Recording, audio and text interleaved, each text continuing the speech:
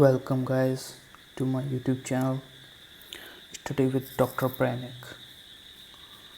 Today we will discuss genital system from the textbook Visram Singh, second edition.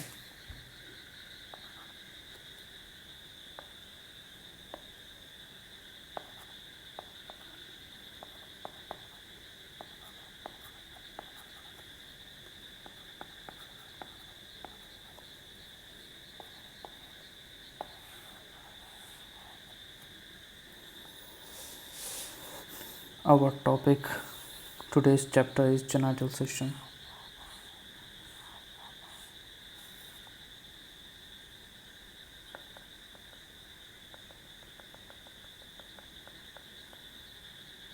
So now look at the flowchart. Genetic basis of phenotypical differentiation of testis and ovary. Gonads. From this, male and female, two parts. Male have X and Y, female XX.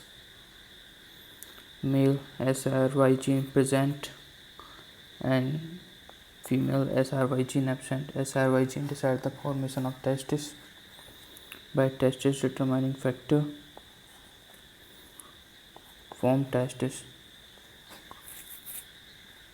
that further secret MIF Mullerian inhibitory factor and testosterone, and absence of TDF, MIF and testosterone leads to formation of the ovary.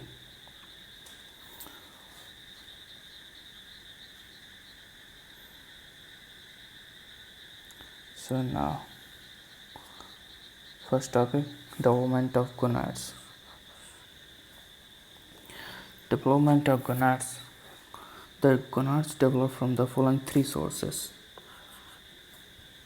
intermediate mesoderm, coelomic epithelium covering the intermediate mesoderm, primordial germ cell. From here we have mnemonic pick. Primordial germ cell gonad develop from the following three sources: pick, primordial germ cell, intermediate mesoderm, coelomic epithelium covering the intermediate mesoderm. Initially, the development of testis and ovary is similar.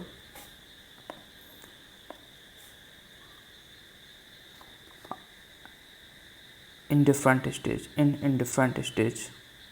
the development of testis and ovary is similar. And only after this stage, the development proceeds either in the male or female direction. Definitive stage.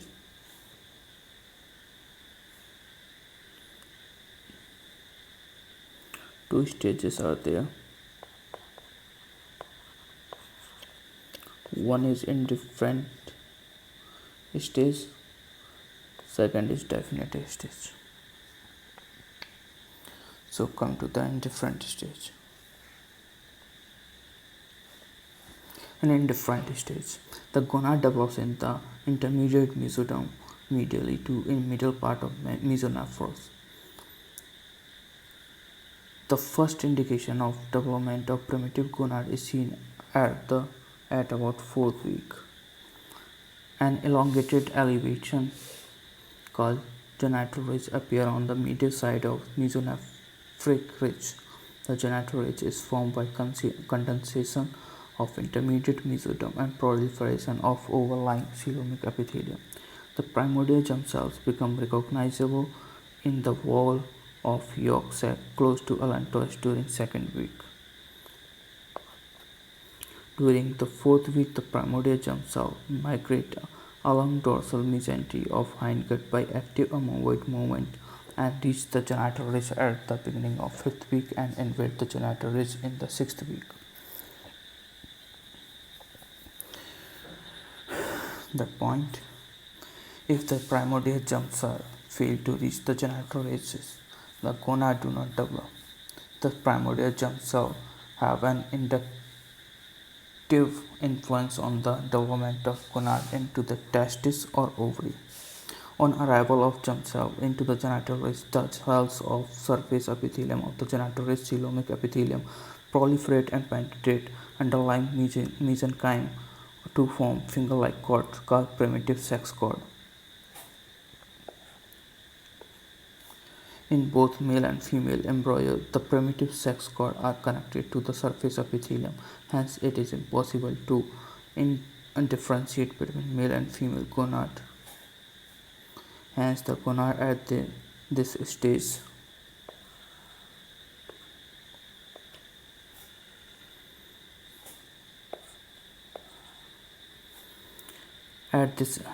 the gonad at this stage is indifferent gonad, or the outer part of the indifferent gonad is called cortex, and the central part is the medulla.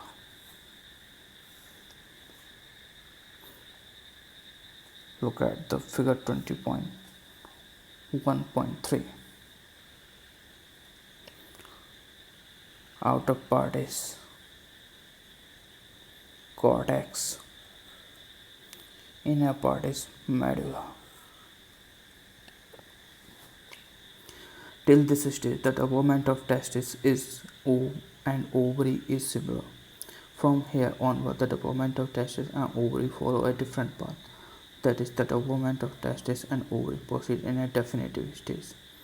Notable point: according to the recent concept, the primordial germ cells (PGs) are formed in the epiblast during second week of the IUL and later migrate to the wall of yolk sac. Definitive stage: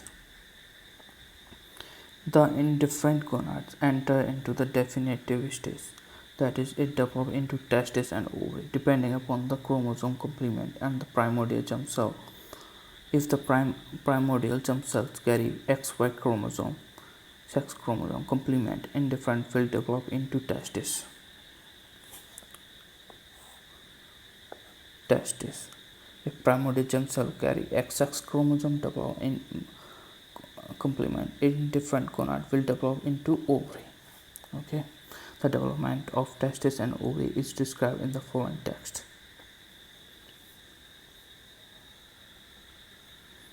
Development of testis. If the embryo is genetically male, that is, primordial germ cell carry XY chromosome complement under the, look at this figure,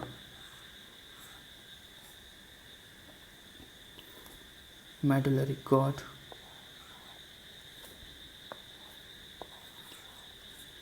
testis.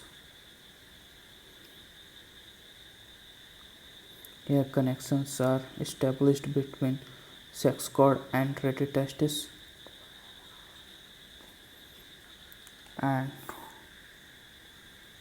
now the tunica albuginea, testis, canalization of sex cord and seminiferous tubule formation occur if and duct of epididymis, ductus deferens. These structures are also formed. So, if the embryo is genetically male, the primordial germ cell carry XY chromosome of complement under the influence of SRY gene. The short arm of Y chromosome YP11, which encode the TDF testis determining factor. The primitive sex cord increases in length and extends deep into central part of medulla of the indifferent gonad. These are called testis or medullary cord. Toward hilum of gonad, the medullary cord regress and break up into tiny cells stand and anastomose with each other. The sex cord then become horseshoe-shaped and subsequently get canalized to form seminiferous tubule. Okay. The anastomosing tiny cells stand in the medulla also get canalized to form testis. In the 4th month, the communication is established between the seminiferous tubule and testis. In the 4th month, seminiferous tubule connected with the testis. Seminiferous tubules are lined by type of cells. Two type of cells: sex cord cells, primordial germ cells. The primordial germ cells are spermatogonia, and the sex cord cells are sustentacular cells of Sartori cells. Very important point.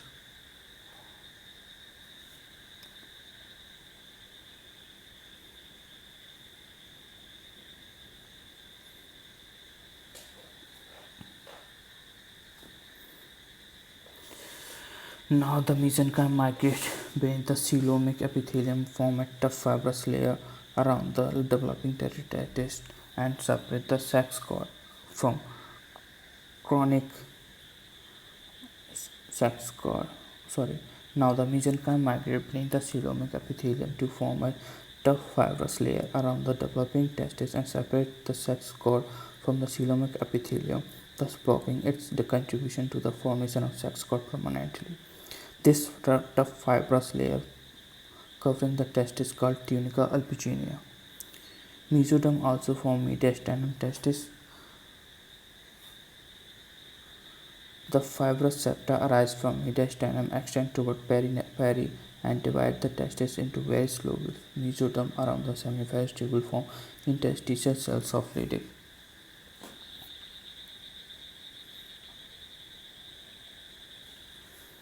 By the 8th week, the Leydig cell starts secreting testosterone, the male hormone that influences sexual differentiation of the genital tract from mesonephric duct and external genitalia.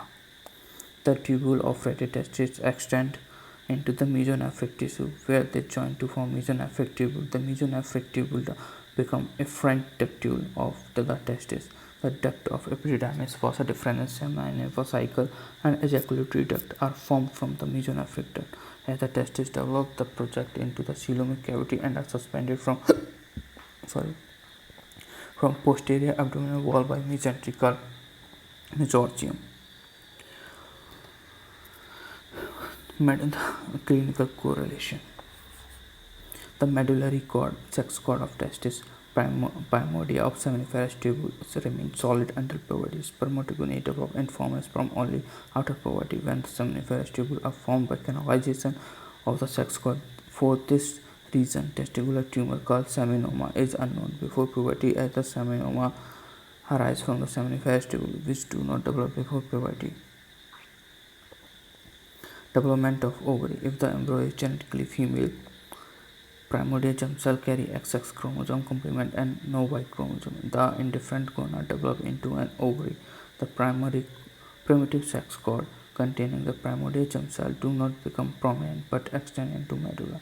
These cords dissociate into irregular cells cluster called rete ovary, which occupy the medullary part of the ovary close to the mesonephric tubule. Later they disappear and replaced by vascular stroma, which form ovarian medulla. Notable point: the X chromosome bear genes for ovarian development. Surface epithelium, primitive sex cord. Look at the figure. Development of ovary. Surface epithelium, primitive sex cord, medullary cord are unprominent and extending into the medulla. Second generation of sex cord, cortical cords, irregular cells cluster derived from primitive sex cord and medullary cord. Degenerating medullary cord, primordial follicles. Germinal epithelium of ovary, degenerated medullary cord are replaced by vascular stroma. Mesonephric duct, paramesonephric duct. These are the important structure. Now, the surface epithelium, germinal epithelium of female gonad, unlike that of male gonad, continue to proliferate into the 7th week of second generation of sex cord. The second generation of sex cord containing the primordial germ cell does not extend into the medulla, hence they are also called cortical cord. In the third month, the cortical cord get fragmented and form isolated cell cluster. Each cell cluster consists of a primordial germ cell in the center, surrounded by a layer of coelomic epithelial cells. The primordial germ cells of oogonia and coelomic epithelial cells form follicular cells. The resulting structure is called primordial follicle. All the primordial follicles remain confined in cortex of the ovary. Motive of point. A large number of primordial follicles are formed during fetal life. No new primordial follicles are formed after birth. Further development of the primordial follicle take place after puberty. Very important point. Asked in so many competitive exams. Mesoderm does not form thick fibrous layer tunica albuginea around ovary as in case of testis. Therefore, the ovarian follicle are not separated from surface epithelium of the ovary. The surface epithelium of ovary flatten to form a single layer of cells that is continued with the peritoneum at hilum of the ovary. The layer of these cells is called germinal epithelium. Though it does not form germ cell anymore, the mesoderm form a thin connective tissue covering for the ovary and connective tissue stroma of the ovary. The ovary is suspended from posterior abdominal wall by a mesentery called mesovarium. The influence of genetic constitution of primordial germ cells on the indifferent gonad is shown in flowchart 21.2. Look at this chart. Influence of chromosome complement of primordial germ cells on indifferent gonad. For primordial germ cells carrying 44 autosomal chromosome and XY sex chromosome. Indifferent gonad. Influence of Y testis formation occur. A primordial germ cell of 44 autosomes plus XX sex chromosome, absence of Y. Formation of ovary occur. Metallic cord develop and persist. No cortical cords. Tunical albuginea develops. Metallic cord develop and degenerate. In this it persists. In this it degenerates. Cortical cord develops. Here absent. Tunica albuginea does not develop. Here develops. The difference in the development of testis and ovary are summarized in table 21.1. Difference between in development of testis and ovary.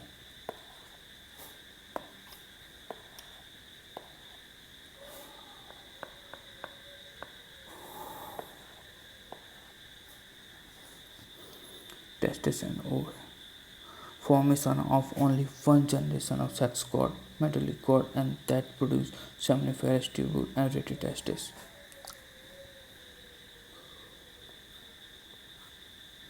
Only one generation of sex cord that produce seminiferous tubule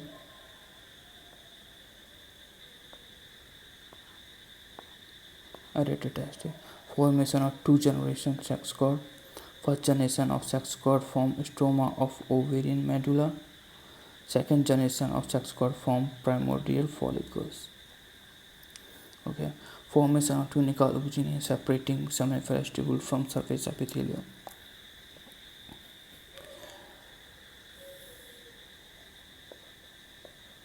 Separating the seminiferous tubule from surface epithelium. Separating surface epithelium from seminiferous tubule.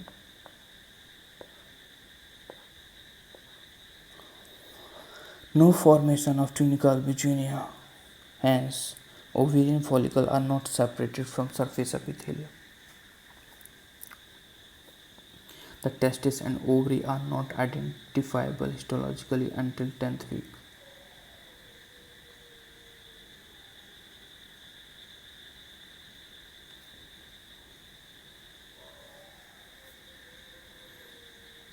Genital ducts.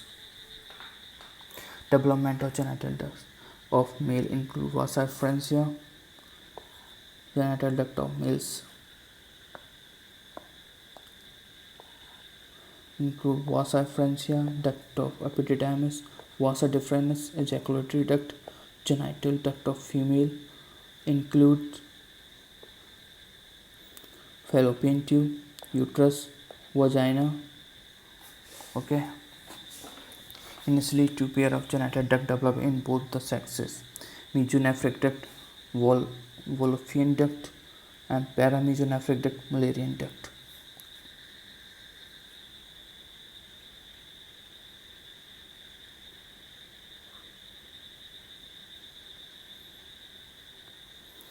Asked in competitive exams. In male, the mesonephric duct form the definitive genital duct and paramesonephric duct mostly disappear, whereas in female paramesonephric duct form the female genital duct and mesonephric duct mostly disappear. The differentiation of genital duct and external genital into male and female direction is influenced by the gonads. The influence of gonads on further sex and differentiation, that is development of genital duct and external genitalia, is as follows. The secretion of Mullerian inhibitory substance by Sertoli cells of testis inhibit the development of paramesonephric duct. The primordia of female genital duct, the production of testosterone by interstitial cells, Leydig cells, stimulate the mesonephric duct to form genital duct. Efferent ductule epididymis, vas deferens seminar vesicle, ejaculatory duct. Secretion of dihydrotestosterone of Leydig cell stimulate the development of male extragenitalia. Penis, scrotum, prostate. The secretion of estrogen by the ovary stimulate the paramesonephric duct to form the uterine tube.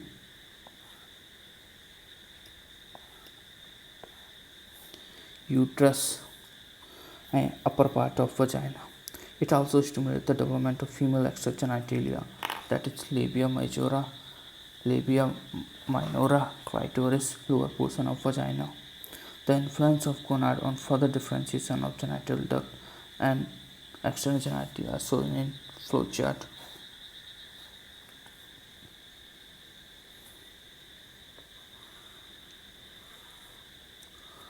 Testis, having Sertoli cells and Leydig cells. Sertoli cells secrete Mullerian inhibiting substance, MIF, Mullerian inhibitory factor, that inhibit the development of paramesonephric duct. If Mullerian duct persists, it leads to the formation of uterus. Okay, Leydig cells, testosterone, stimulate the development of mesonephric duct. Efferent ductule epididymis, vas deferens seminar vesicle, dihydrotestosterone. It secretes two substances. One is testosterone, second one is dihydrotestosterone. Okay, testosterone stimulates the development of mesonephric duct, dihydrotestosterone stimulates the extragenitalia. Ovary, estrogen, only one substance secreted by ovary stimulate the paramesonephric duct and stimulate the extragenitalia.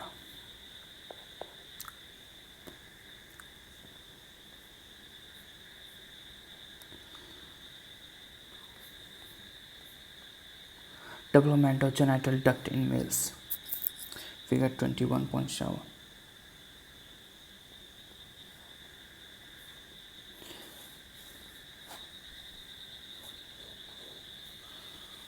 Look at the structures.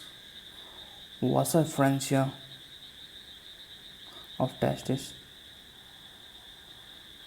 duct of epididymis, vasa deferens, seminar vesicle, ejaculatory duct. Okay.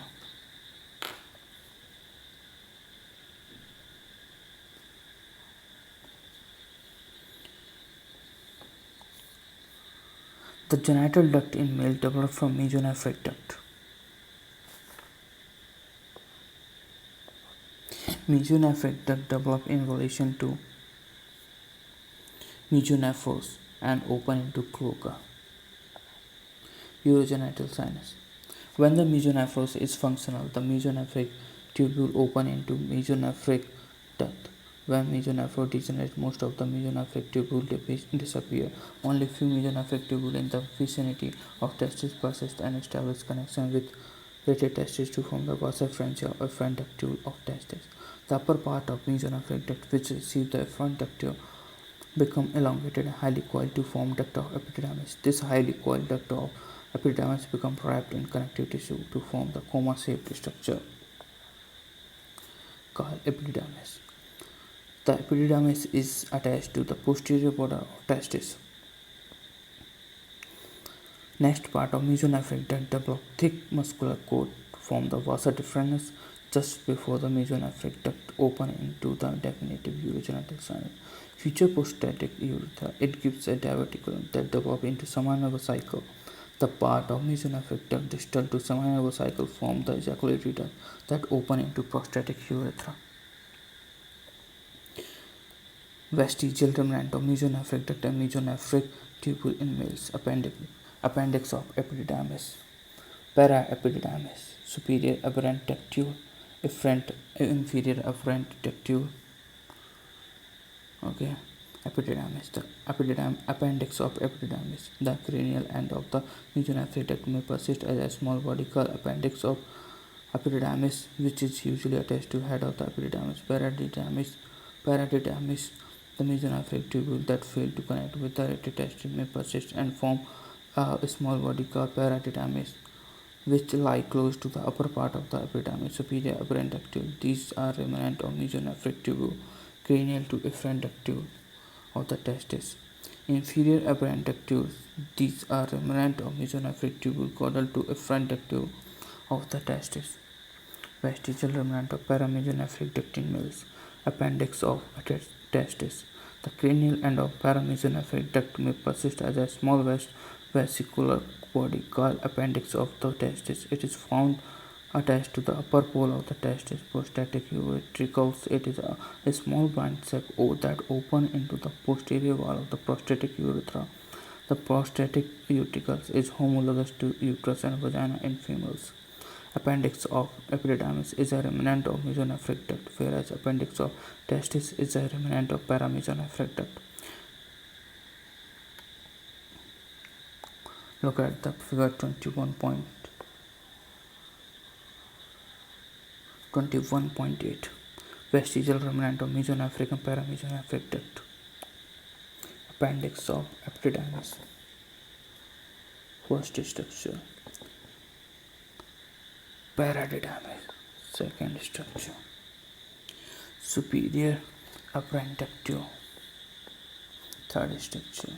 Inferior aberrant ductules. Fourth structure.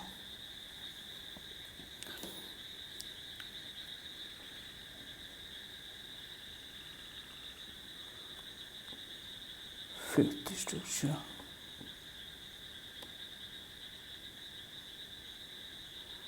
Okay.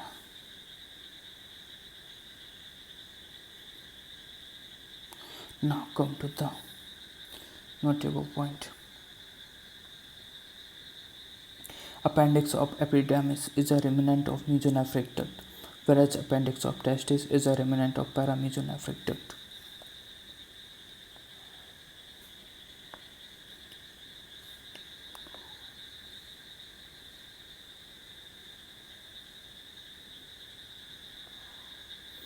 It is a remnant of mesonephric duct.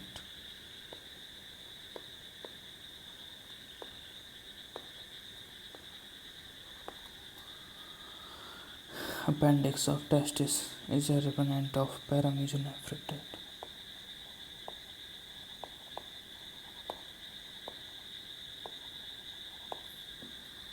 Okay.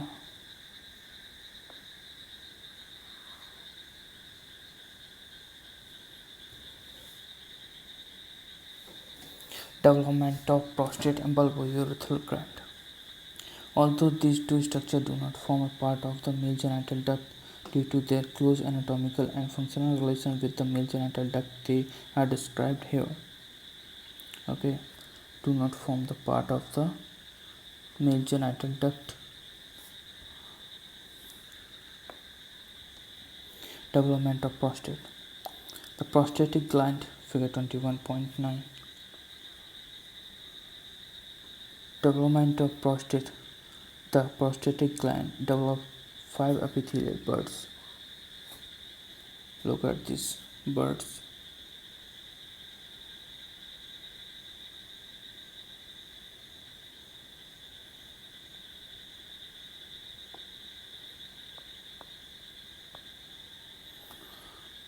That arise from the epithelial lining of the prostatic urethra and go into the surrounding mesoderm. These are one anterior, two posterior, and two lateral.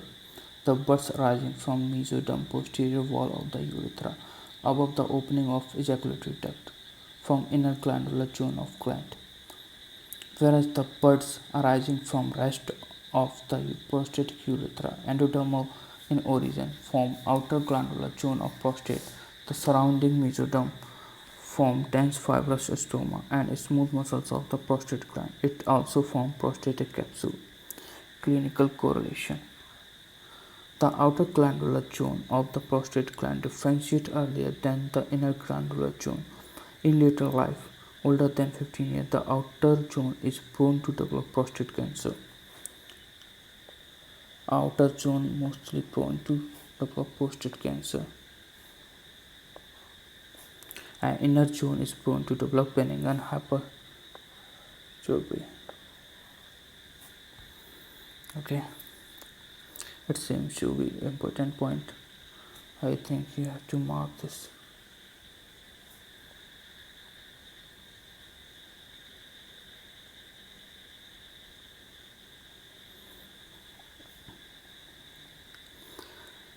Transverse section of the prostate gland above the level of opening of the ejaculatory duct. Sagittal section of the prostate gland. It is a sagittal section, it is a transverse section. Okay. Development of bulbourethral gland. These are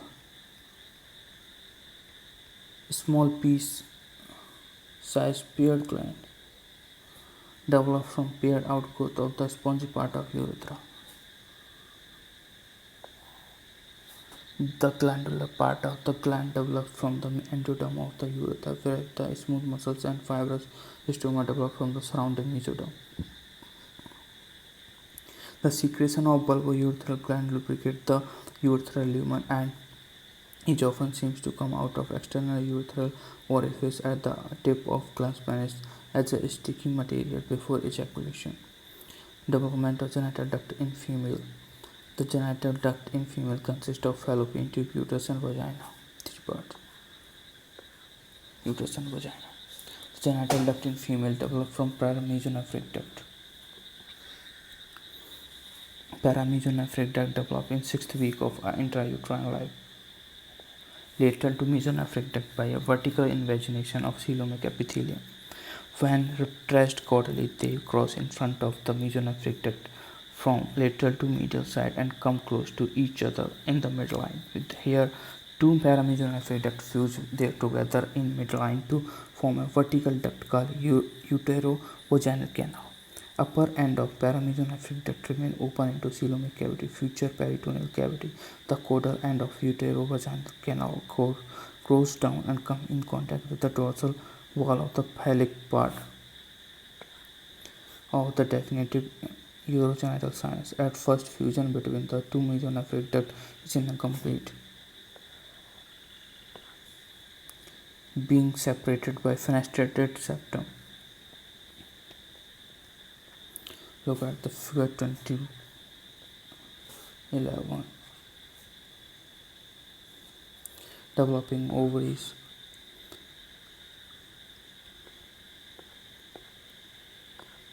Duct, mesonephric duct, uterovaginal canal, urogenital sinus.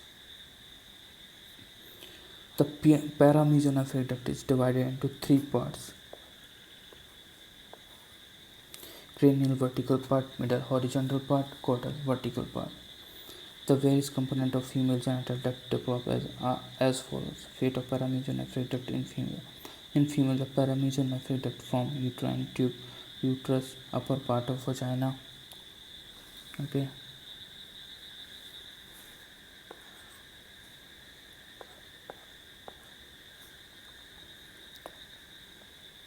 Development of uterine tube. The uterine tube on each side is formed by unfused part of the paramecium affected. The fallopian tube elongate and become tortuous. The origin site of evagination of the paramecium affected from coelomic cavity from abdominal ostium of uterine tube. The femora developed around the origin of the ostium. Development of uterus. The uterus is formed from uterovaginal canal. The primitive uterus soon differentiate into parts. A body cervix. In fetus, cervix is larger than the body of uterus. The initial angular junction between two paramecium affected become a convex dome and form fundus of uterus. Myometrium of uterus is derived from surrounding mesoderm. Development of the vagina. A little recapitulation of various primitive urogenital. Figure 21.13. Look at this figure. Development of vagina. A little recapitulation of various parts of primitive urogenital sinus. 2014. Help student to understand. The vagina develops as follows.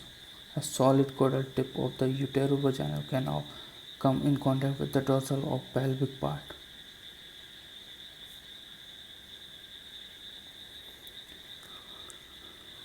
of the definitive urogenital sinus. It induces formation of two outgrowths from the dorsal wall of pelvic part of the definitive urogenital sinus called sinovaginal bulb. The endodermal cells of the sinovaginal bulb proliferate rapidly and form solid plate of cells called vaginal plate. The cells from tip of the uterovaginal canal mesoderm also proliferate and at the vaginal plate. Now the vaginal plate is interposed between uterovaginal canal and urogenital sinus. The vaginal plate is therefore composite origin. The upper part of vaginal plate is derived from the mesodermal cell of the uterovaginal canal, whereas the lower part of the vaginal plate is derived from endodermal cells of the sinovaginal bulb. The upper end of the vaginal plate expand and surround the caudal end of the uterovaginal canal. There is controversy regarding the formulation of vaginal plate. Some authority consider the whole vaginal plate is derived from endodermal sinovaginal bulb, whereas the other believe that the upper part of vaginal plate is derived from mesodermal uterovaginal canal and lower part is derived from endodermal sinovaginal bulb. The central cells of vaginal plate break down, and by the 5th month, the plate is completely canalized to lumen of the vagina. The wing-like expansion of the vagina around the cervix form fornix of vagina. Definitive urogenital sinus by a thin plate of a tissue called hymen, which consists of thin layer of vaginal cells superiorly and epithelial lining of sinus inferiorly. Epithelial lining inferiorly. Both the surface of hymen are lined by endoderm. The hymen usually develops a small opening in its center during perinatal life. At first, phallic part of the definitive urogenital sinus is close separated from the surface of urogenital membrane, but this membrane breaks and phallic part open to the exterior. The phallic part of definitive urogenital sinus form the vestibule of vagina, into which vagina and urethra opens, derived from pelvic part of definitive urogenital sinus. Development of vagina and its associated structure. Embryonic structure, adult derivative. Embryonic structure. Mesodermal upper part of vaginal plate derived from atrial vaginal canal. Endodermal lower part of vaginal plate derived from sinovaginal bulb. A thin plate of tissue separating from the vagina and phallic part of urogenital sinus. Phallic part of definitive urogenital sinus. Adult derivative upper part of vagina including fornix of vagina, lower part of vagina, hymen, vestibule of vagina. The development of vagina and associated structure, hymen table 12.2. Okay. Clinical correlation, congenital anomaly of the uterus. Double uterus with double vagina. In this condition, there are two uterus, didelphus, and two vagina. It occur in two complete. It occur due to complete lack of fusion of the paramesonephric duct and the sinovaginal bulb. Double uterus with single vagina. It occurs with when paramesonephric duct fail to fuse but lie close to each other. As a result, there are two uterus. Uterus didelphus. The vaginal plate formed in relation to each duct fuse with each other to form single vagina by converting uterus. In this condition, there is one vagina, one cervix, but body of uterus is duplicated. Each half of the body is called horn or cornu of the uterus. One fallopian tube open in each horn of the uterus. It occurs when the paramesonephric duct fuse with each other only in their lower part, while they remain separate in upper part, thus giving rise to two horns of the uterus, unicornuate uterus. In this condition, half of the uterus is missing. It occurs when the paramesonephric duct degenerates so that only one horn of the uterus with the one fallopian tube persists, separate uterus. In this condition, two paramesonephric ducts fuse with each other, but the septum separating them do not disintegrate. As a result, vertical septum separate cavity of the uterus into two halves. Agenesis of the uterus, a rare condition. Rarely asked. Okay, simple funda. A rare condition in which uterus is completely absent. It occurs due to failure of paramesonephric duct due to double. Infantile uterus. It is clinical condition in which an adult female possesses a much smaller uterus than normal. The infantile uterus resembles to that present before puberty. The vagina and ovary are normal. Clinically, it presents as amenorrhea. Congenital anomaly of vagina. Agenesis of vagina. In this condition, vagina is absent. Atresia of vagina, imperforate vagina. This can occur when vaginal plate fail to get canalized.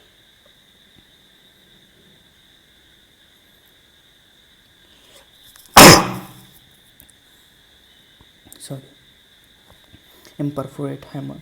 It occurs when the endodermal cells of the vaginal plate adjacent to the urogen and the vagina fail to disintegrate. Condition causes retention of menstrual flow. A clinical condition का hematocolpos. Duplication of vagina. This condition is generally associated with double uterus.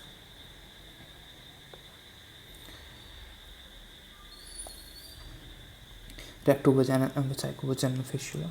In this condition, the vagina communicates with the rectum or urinary bladder, respectively.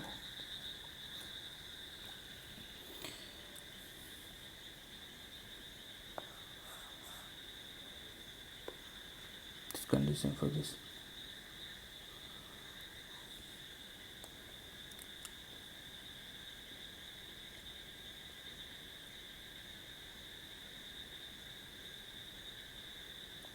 Look at this condition.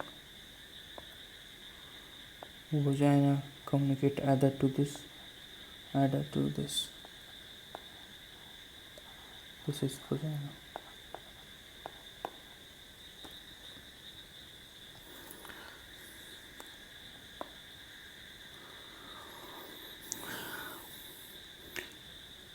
Epiphoron. It consists of longitudinal duct running parallel to uterine tube. Persistent cranial part of the mesonephric duct. A number of transverse duct tubes that open into this duct are present vertically above the ovary in the mesovarium. The epiphoron corresponds to efferent ductule of the testis epidermis of male. Periphoron. A few mesonephric tubules are detached from the mesonephric duct and persist as a small blind tubules between the ovary and uterus. These are called periphoron.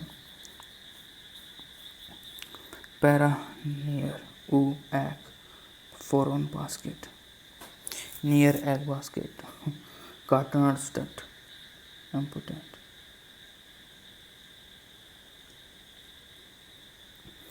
A part of the mesonephric duct persists and lies between two layers of the broad ligament by side of the uterus. It may open into cervix or vagina. It corresponds to the vast differences in males. Thus, this duct may undergo abnormal cystic dilation to form Gardner's cysti. Vestigial remnant of mesonephric duct and mesonephric tubule in females are shown in figure. Development of external genitalia in different stages. The external genitalia develop in the region of cloacal membrane. Early in the fourth week,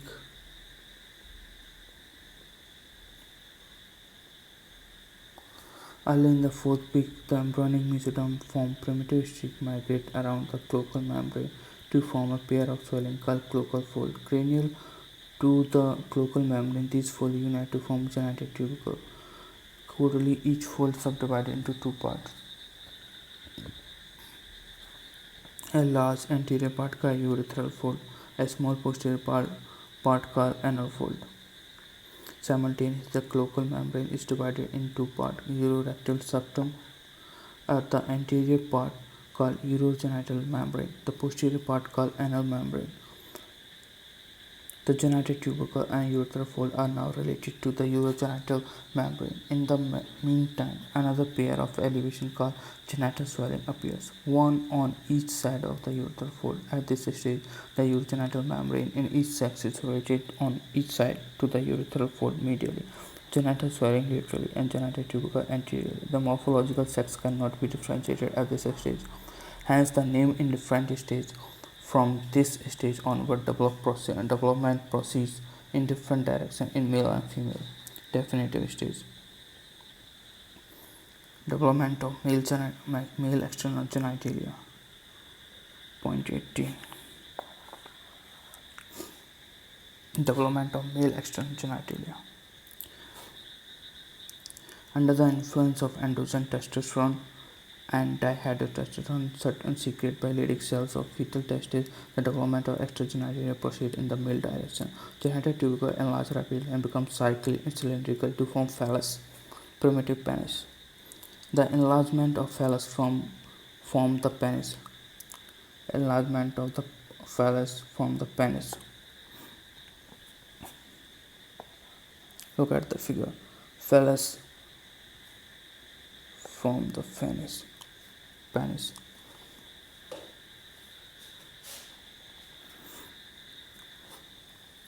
Development of penile urethra. As the phallus elongates, it pulls the primitive urethral fold forward under it, with the extension of the primitive urethral fold on the undersurface of phallus. The primitive urethral groove also extends on the undersurface of phallus up to the tip of the phallus primordia of the glans penis. Concurrently, the phallic part of the urogenital sinus also extends up to the base of the developing glans penis. The endodermal epithelial lining of the phallic part of the urogenital sinus proliferates to form urethral part. The urethral plate also extends forward within the phallus around the floor of the primitive urethral groove up to the base of the developing glans penis, and the solid urethral plate gets canalized to form hollow tube. Bilaminar urogenital membrane separates the newly formed endodermal tube from the primitive urethral groove. Now the urogenital membrane breaks to form the definitive urethral groove, flanked by definitive urethral fold. At the end of the third month, the two definitive urethral folds fuse in craniocaudal direction to form penile urethra up to the base of the glans. The surface ectoderm fuses in the median plane of penis to form the penile raphe. The spongy part of the penile urethra thus formed extend only up to the base of the glans. During the fourth month, the ectodermal cells from the tip of the glans penis penetrate inward and form A short solid ectodermal epithelial cord. The cord canalizes and forms terminal part of urethra and external urethral meatus. Development of prepuce of the penis. Close to the tip of the phallus, a circular sulcus appears, which separates the glans penis from the rest of the penis.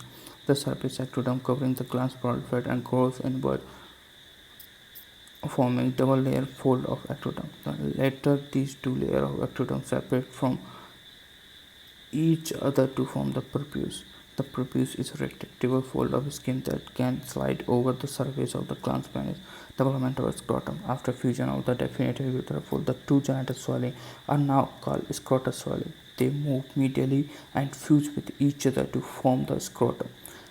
The scrotum thus lies below the root of the penis. Each scrotal swelling form half of the scrotum. The two halves of the scrotum are separated from each other by scrotal septum. The line of fusion of these folds in the midline form a scrotal raphe. Clinical correlation. The congenital anomaly of the urethral congenital anomaly.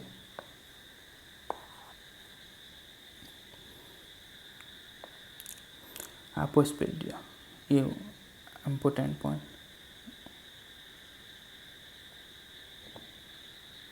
Hypospadias. It is the most common congenital anomaly of the urethra, occurring in 3 to 5 per 100 births. In this condition, external urethral orifice is located on ventral aspect of penis instead at the tip of the penis. It occurs due to failure of canalization of the ectodermal cord in the glans and or failure of fusion of the urethral fold. Usually the penis is underdeveloped and curved ventrally, producing a clinical condition called chordea. Type of hypospadias. Depending upon the location of external urethral orifice, the hypospadias is classified into following 5 types.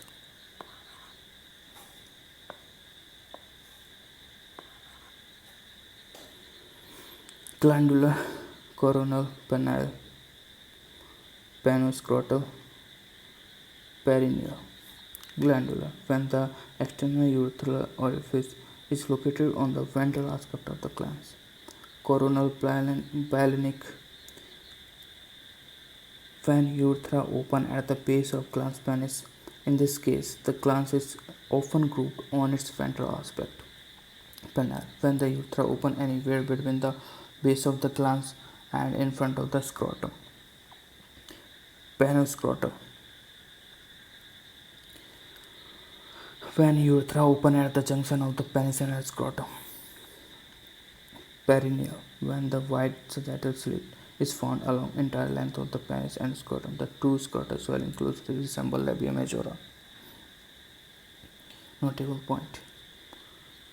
The hypospadias occur due to inadequate production of the androgen by fetal testis. The incidence of hypospadias has doubled in the last 15 to 20 years, probably due to environmental estrogen.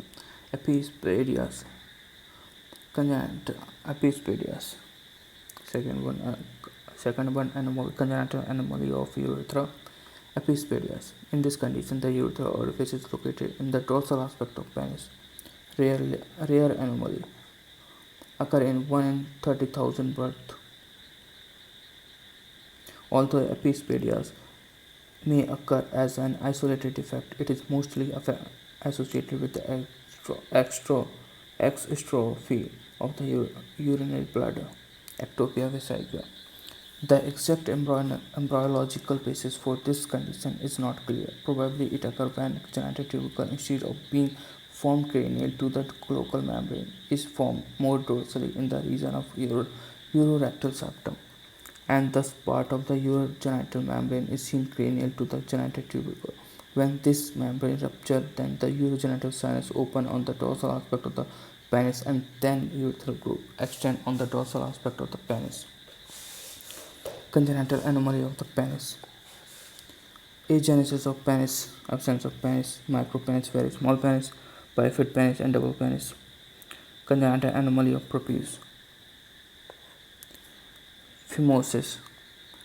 Prepuce is a fold of skin covering the glans of penis. It develops in 12th week of intrauterine life.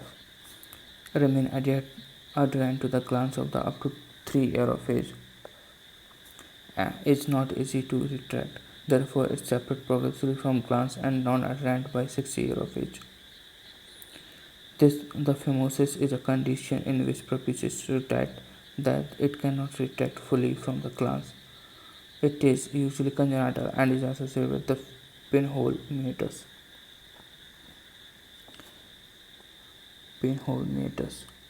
Development of female external genitalia. The female external genitalia organ develop from the indifferent stage as an external genitalia due to influence of estrogen.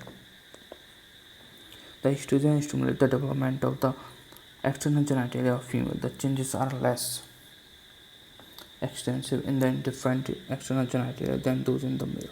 The female external genitalia organ develop as follows.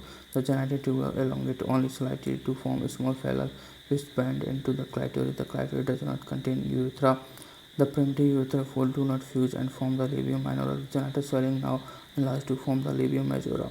The labia majora fuses with each other posterior to the urogenital membrane but anterior to the anal membrane to form the posterior labial commissure. The labia majora also fuse anteriorly to form mons pubis and anterior labial commissure. The labia majora overlaps the labia minora. The urogenital membrane ruptures so that the phallic part of the urogenital sinus forms the vestibule of the vagina, which has opening of the urethra and vagina and communicate to the exterior. Clinical correlation. Klinefelter syndrome. Major part, most common, and it is important syndrome.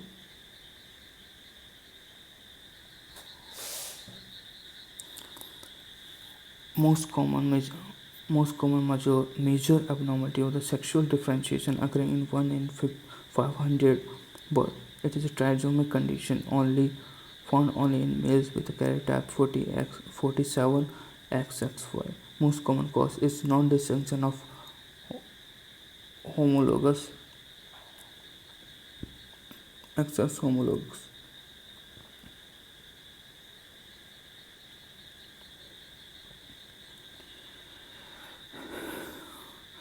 Clinical features: hypogonadism associated with testicular atrophy.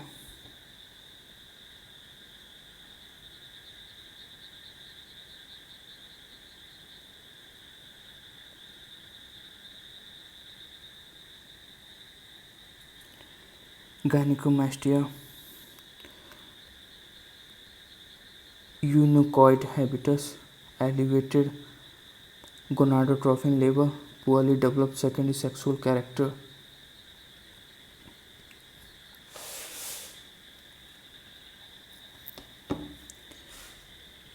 Okay, so now we have one mnemonic for that.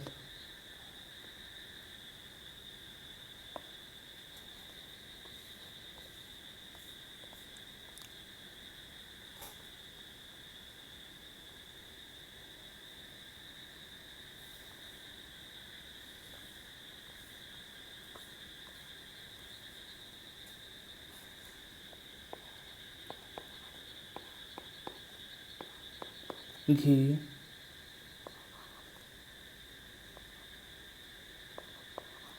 pure.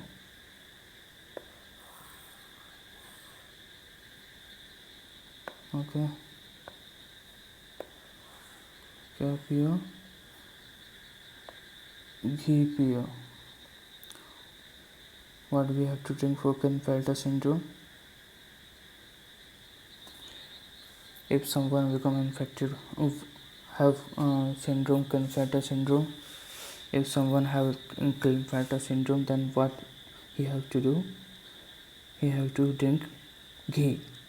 Then clinical feature become ghee pure. It's a remember mnemonic for to remember this syndrome. Clinical features: G for gynecomastia, H for hypogonadism associated with testicular atrophy, and E for eunuchoid habitus, E for elevated gonadotrophin level, P for poorly developed secondary sexual character,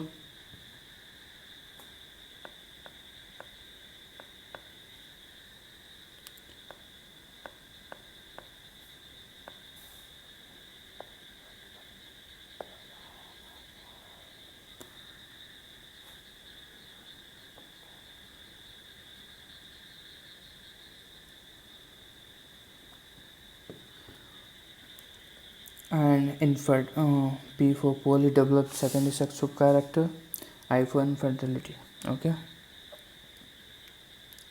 look at this child have Klinefelter syndrome, a micropenis. Hermaphrodite. Secondary sexual hermaphrodite. Sexual development of male and female begins in an identical fashion. Hence, it is not surprising that abnormality in sex difference and sex determination may occur. True hermaphrodite, pseudo-hermaphrodite.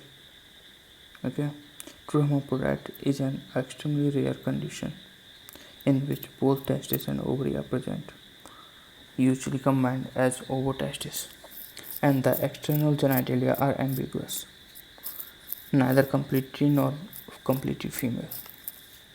The testis and ovary are usually non-functional. The chromosomal sex is usually female with 46XX karyotype. The uterus is present, but the external genitalia are ambiguous or predominantly female. Most of these individuals are brought up as females. Pseudo-hermaphrodite. These are individuals in whom genotypic sex is masked by phenotypic appearance, which closely resemble the other sex. If a pseudo-hermaphrodite has a testis, the individual is called male pseudo-hermaphrodite, and if a pseudo-hermaphrodite has an ovary, the individual is called female pseudo-hermaphrodite. The difference between male and female pseudo-hermaphrodite are given in table 21.3. Look at this table.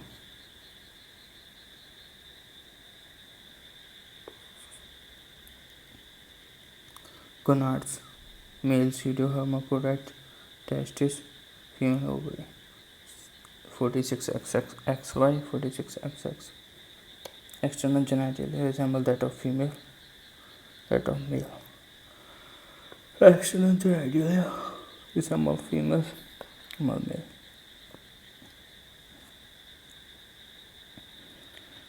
Phallus remain rudimentary, look like clitoris. Scrotal swelling fail to fuse, giving an appearance of labia majora. Excessive enlargement of clitoris resembling penis. They mostly call females. In local language, they called females.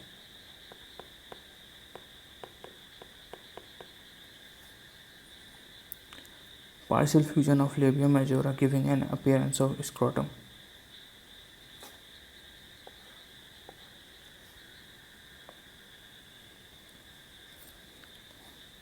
Most common cause, lack of androgen receptor. Hence, androgen produced by fetal testes are ineffective in inducing differentiation of male genitalia. Congenital adrenal hyperplasia, where excessive production of androgen masculinize the external genitalia. Okay, now come to the androgen insensitive syndrome. It is a clinical condition in which affected individual is phenotypically female, normal appearing female, and despite the presence of testis and 46XY chromosome complement, it is called testicular feminization.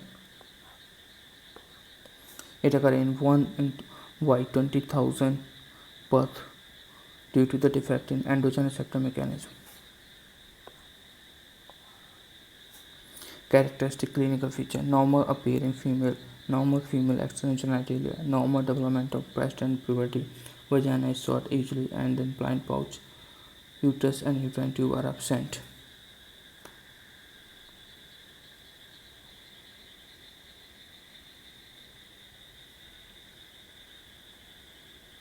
Absence of menstruation, psychosexual orientation of women,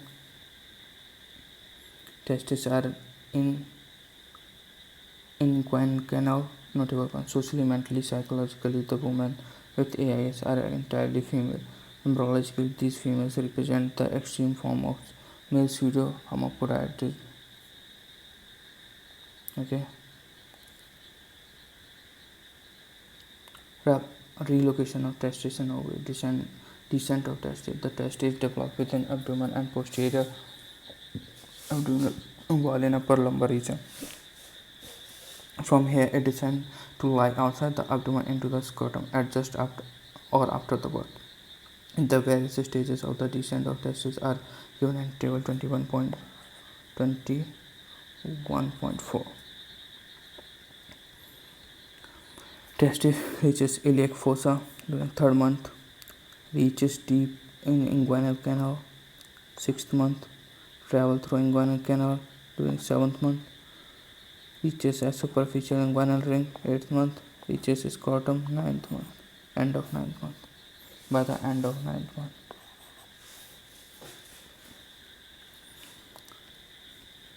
factor responsible for descent of testis.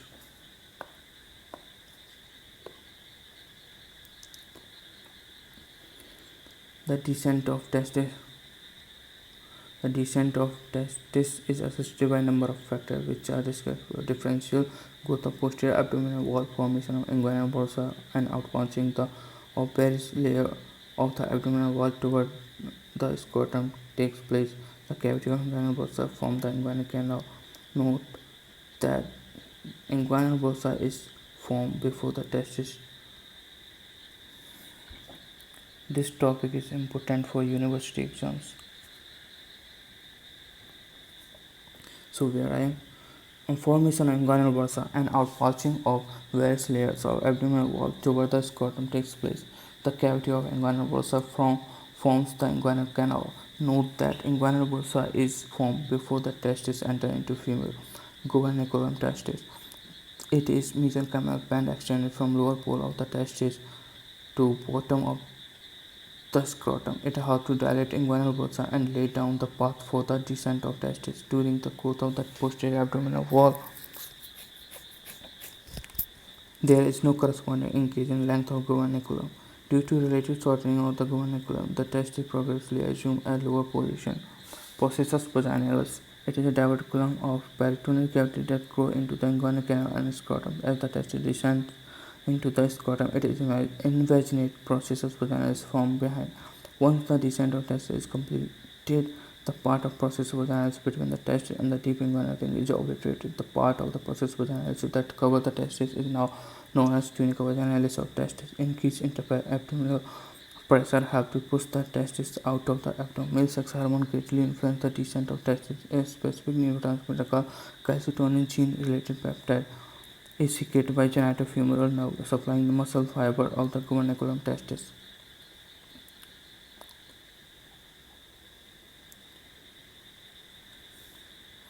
Look at the descent of testis. This figure is important for university exams.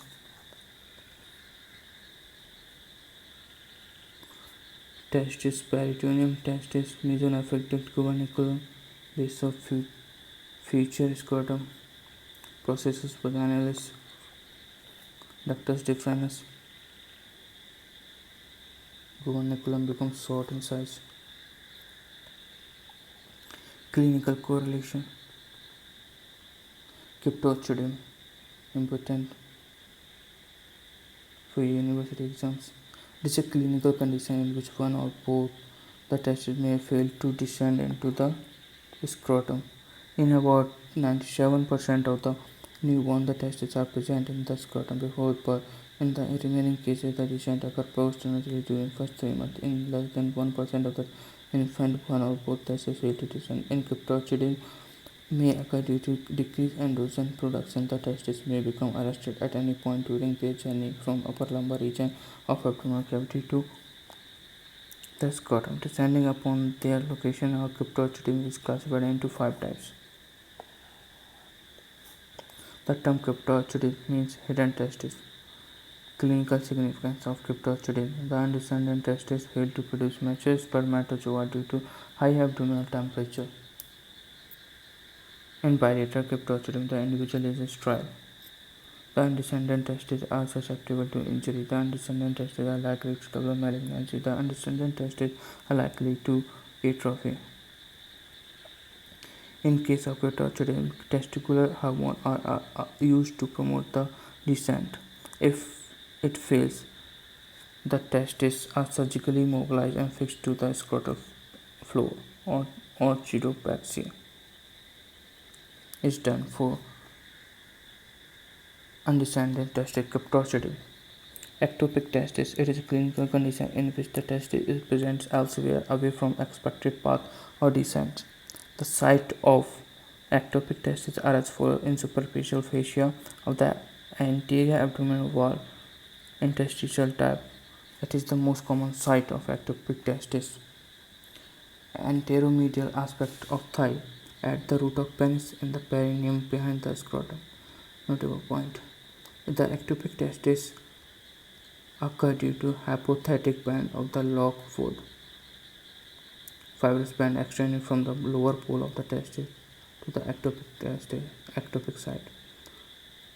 Congenital indirect inguinal hernia. The process of vaginalis diverticulum of peritoneal cavity form a communicating channel between the peritoneal cavity within the abdomen and the tunica vaginalis within the scrotum. Normally, it obliterated by the first year of life. It is if the process of vaginalis fails to obliterate the and remains open, the loop of intents may descend through it and into the scrotum, causing congenital indirect inguinal hernia. Congenital hydrocele. Intermittent hydrocele. Hydrocele is accumulation of fluid into the peritoneal sac within the scrotum and or inguinal canal. It occurs due to incomplete obliteration of the processus vaginalis, providing a tiny communication between the peritoneal cavity and tunica vaginalis, which permit the escape of fluid, but not entry of intestine into the sac. The various type of hydroceles. Vaginal, congenital, infantile, hydrocele of God.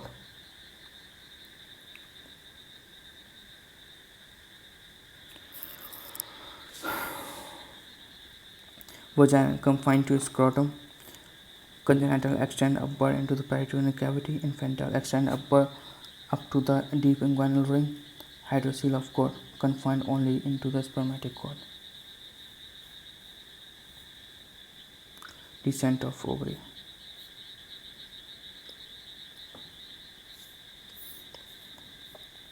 The ovary develop from posterior abdominal wall in the upper lumbar region. From here it descends into the true pelvis where it lies on its lateral wall in the fossa called ovarian fossa. The caudal end of the ovary is attached to the genital swelling, primordium and of labium majus by a fibrous muscular band called gubernaculum ovary. It is believed that the descent of ovary occurs due to pull of the gubernaculum. It descends is arrested at the pelvis due to the development of uterus and broad ligament. This is because gubernaculum gets attached to angle of the developing uterus. As a result, it gets divided into two parts, proximal and distal. Proximal part of gubernaculum drags the ovary into pelvic cavity and becomes the ligament ovary. The distal part of the gubernaculum becomes round ligament of the uterus. The round ligament of the uterus passes through the inguinal canal and terminates in the labium majus. During the descent of the ovary or tubular prolongation of peritoneal processus vaginalis extends into the inguinal canal along the gubernaculum. The processus vaginalis canal of Nuck usually obliterate and disappear much before birth. If the processus vaginalis canal of Nuck persists after birth, it may cause congenital inguinal hernia in female. Most important point.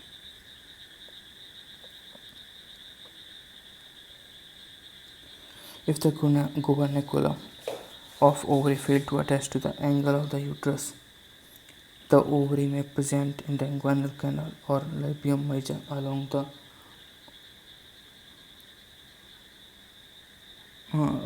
If the gubernaculum of ovary fail to attach to angle of the uterus, the ovary may be present in the inguinal canal or in the labium, although it is very rare. The embryonic structure, their adult derivative and homologous in male and female are given. This table is important.